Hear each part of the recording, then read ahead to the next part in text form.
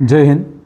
સાબરકાંઠા જિલ્લાના તમામ નાગરિકોને પોલીસ અધિક્ષક સાબરકાંઠા તરીકે હું આપ સૌ લોકોને માહિતગાર કરવા માગું છું કે સાબરકાંઠા જિલ્લાની અંદર વધારે પ્રમાણમાં વરસાદ આવે અને પૂર કે કોઈપણ પ્રકારની એવી પરિસ્થિતિ ઉદ્ભવે કે જેથી એક ડિઝાસ્ટર જેવું સ્વરૂપ થઈ શકે, તો તેને ધ્યાનમાં રાખીને પોલીસ વિભાગ સંપૂર્ણપણે સતર્ક છે, તૈયાર છે।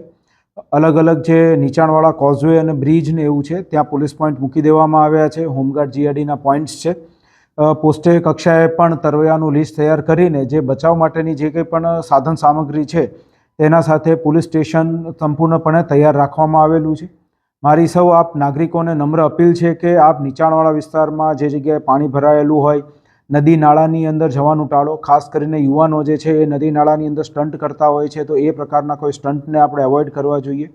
હાલ વરસાદને ધ્યાનમાં રાખીને જે ટ્રાફિક જે છે એ પણ ખૂબ વધારે અમુક જગ્યાએ થતો હોય છે, તો આપની જે ગાડી જે છે એ પણ સમજી વિચારીને શાંતિથી ચલાવો, કારણ કે રસ્તા થોડા સ્લીપરી થઈ જતા હોય છે આ સમયગાળા દરમિયાન।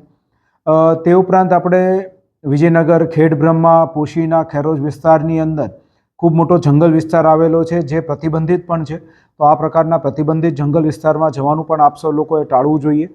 પોલીસ વિભાગ, ડિઝાસ્ટર મેનેજમેન્ટ કંટ્રોલ રૂમ જે છે આપણા જિલ્લાનો વહીવટીતંત્રનો, તેની સાથે સંપૂર્ણપણે સંકલનમાં છે। એનડીઆરએફ, એસડીઆરએફ ટીમોની સાથે પણ સંકલનમાં છે।